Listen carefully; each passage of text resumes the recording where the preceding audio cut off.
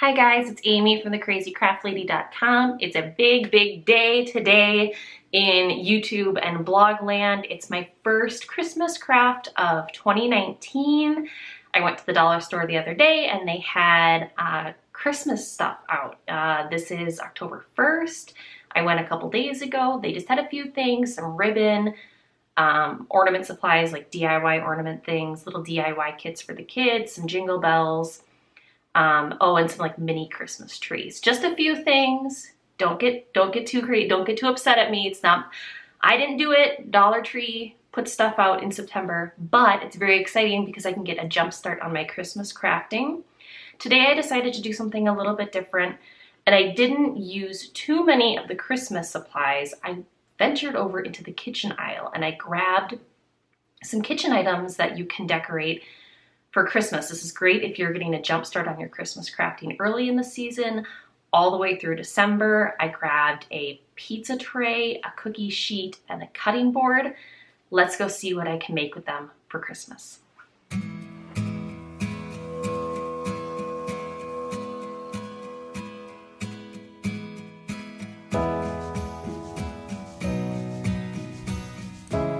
Grab a metal pizza tray and give it a quick coat with white Rust-Oleum spray primer, and then grab your Waverly chalk paint in the color moss. Use a wide paintbrush to cover the whole tray with a coat of green paint. I got the coverage that I needed with just one coat. It's fine if a little bit of the white pokes through because then it just looks kind of rustic. Once the whole tray has been painted and allowed to dry, now it's time to start planning out your numbers. I grabbed a piece of scrap paper and a pencil to kind of plan out where I wanted my numbers to land around my clock, the numbers 1 through 24. Once I kind of had that planned out, I used my same pencil to lightly sketch my numbers onto my cookie tray.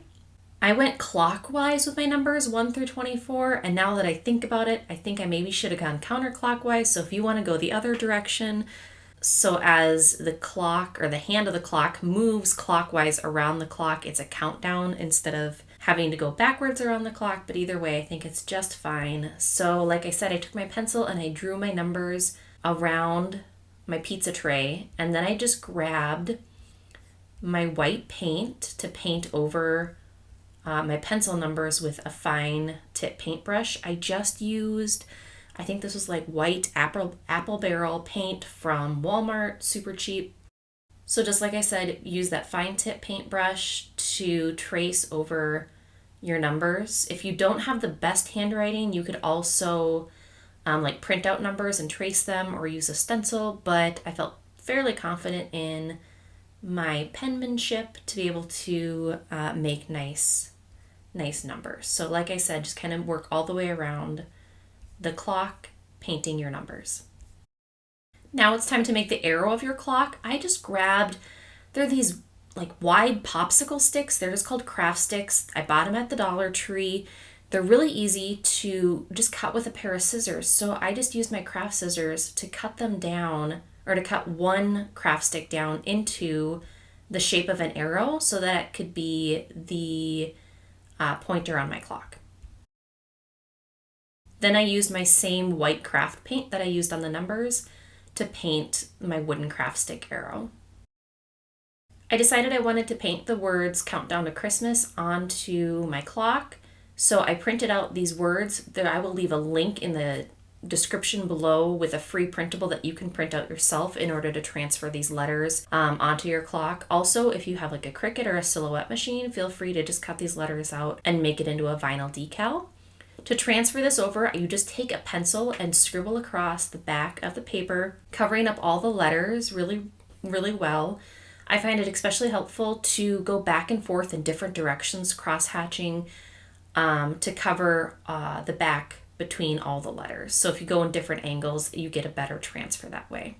Then once everything's covered in pencil, grab a pen and transfer over your letters. So I found it easier to just cut this in half, so I was working with one set of letters at a time.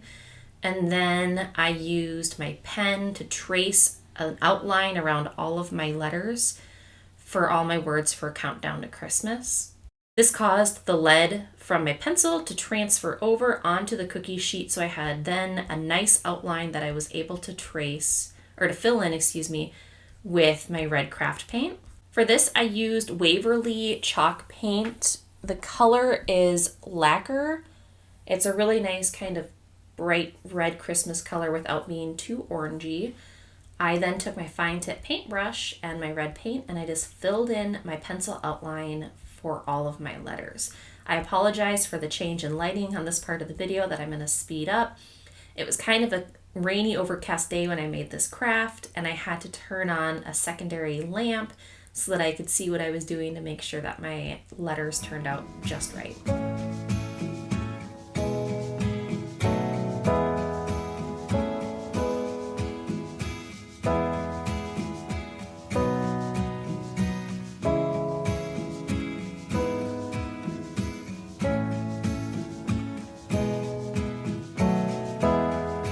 Then I grabbed some magnetic tape. You could just use some plain magnets, whatever you've got, to make the arrow of my clock stick to my pizza pan so that I could then reposition my arrow every day as we count down to Christmas. Then I took my Rust-Oleum clear spray in satin and I just gave a quick coat to everything to protect my paint. I also attached a pop tab just from like a regular, can of soda or a beer if you drink one. Just pop that pop tab off and use hot glue to secure it to the back of the cookie tray. That way you can hang it on your wall and display it and count down to Christmas. My next project uses a dollar store cutting board. These cutting boards that I get at Dollar Tree come in both white and red. I grabbed a white one this time. Just remove that plastic coating and then grab your masking tape and tape off around the edges. There's that kind of ridged lip around the edge of the cutting board. So just tape off around all the edges, doesn't have to be perfect. And then grab, regular old chalkboard paint. Really any brand will do, kind of whatever you have, Rust-Oleum or Deco whatever. And cover the whole board in a generous coat of black chalkboard paint. When the chalkboard paint had completely dried, I then grabbed my white chalk marker as well as a scrap piece of paper and a pen. Because I was freehanding my art with my chalk marker, I kind of wrote everything out with a pen first just to make sure I had the spacing and my fonts right. As you can tell, I kind of double checked my work to make sure that everything would space out correctly. And then I wrote a little Christmas phrase with my chalk marker. As you can see here, my word memories wasn't exactly centered, so I just kind of made up for that by drawing a little Christmas tree on the side. So if you find yourself with off-center words, you can just add like a heart or a Christmas tree or a star or really any image that you like to make it look more balanced. And for this, I wrote Baking Christmas Memories.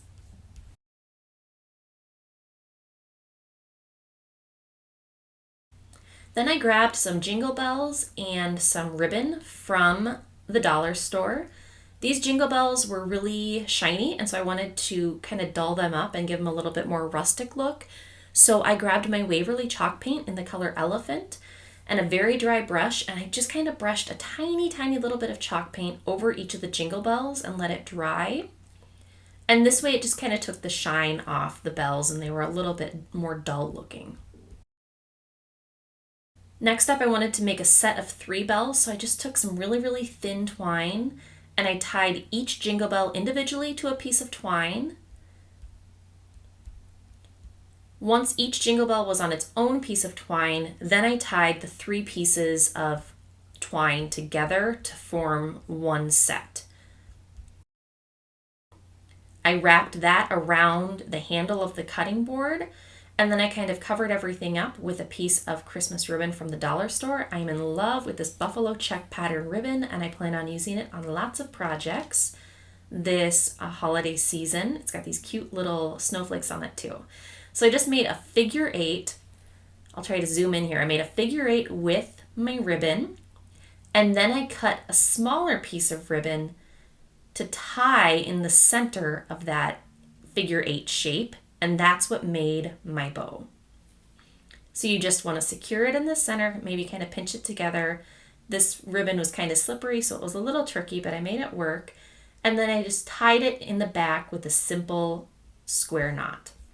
And then I secured everything around the handle of the cutting board. I ended up removing my jingle bells and stringing the set of jingle bells and that piece of twine through the back of my ribbon so that it was all one piece and it was easier to attach to the cutting board.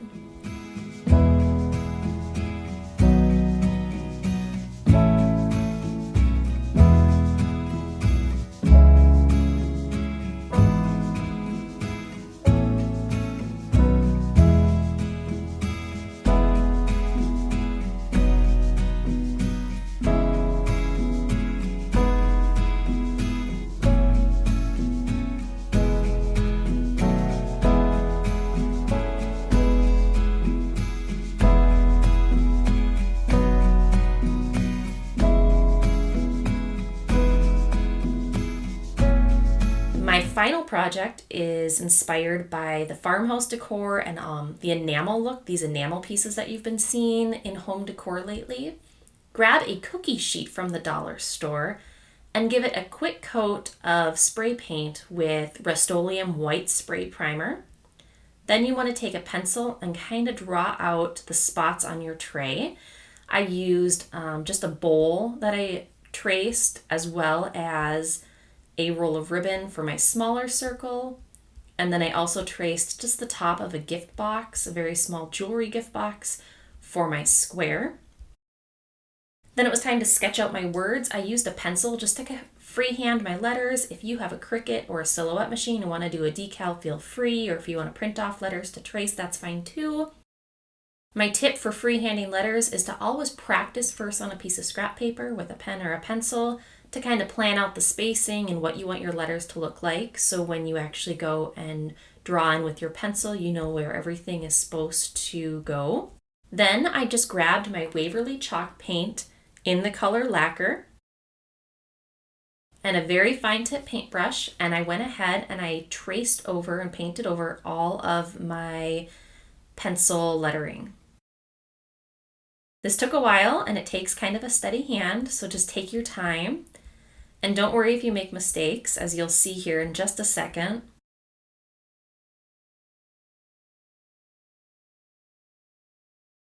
As maybe a sign that I need to invest in some new paintbrushes, the tip of my paintbrush fell off while I was painting and landed on my cookie sheet. And there was absolutely no way that I was going to be able to clean that up. So I just carried on and I kept painting, and I finished painting all of my letters, milk and cookies for Santa and carrots for the reindeer. And then I ended up just cleaning it up at the end by covering my red paint. Once it had dried, I just kind of covered it up with some scrap paper, and I went back outside with my spray paint can, my white spray paint, and I just covered that red blemish with a little bit more spray paint. So no worries if you make a mistake, you can always just paint over it and try again. Next, I grabbed my black Waverly chalk paint, it's in the color ink, and I used my fine tip paintbrush to trace around the two circles in the square that I had drawn with my pencil, and this just leaves a little spot for the cup of milk and the plate or doily of cookies and the little bowl of mini carrots for the reindeer. So it just kind of leaves a spot so you know where everything goes on the tray. I also used this black paint to paint just around the edge of my cookie sheet to give it that real farmhouse enamel look. Don't worry about making it perfect because you want it to look a little, I guess, imperfect, and you can kind of wobble off the edges and make it look worn and rustic. Once that was done, I gave everything a coat with clear Rust-Oleum satin spray paint just to protect all of my chalk paint, and then I was ready to go. Just a word of warning, because this spray paint is not food safe, you will need a barrier, whether it's a dish or a plate or a paper doily or a napkin, between any food and the tray if you plan on eating anything that you set out on Christmas Eve for Santa and the reindeer. So that's it. 3 quick dollar store Christmas crafts made from items that you can find in the kitchen section at your local dollar store. I so hope you enjoyed this Christmas craft. If you did, give me a like, a thumbs up down below, or consider subscribing so you never miss a crafty moment. Until next time, happy making!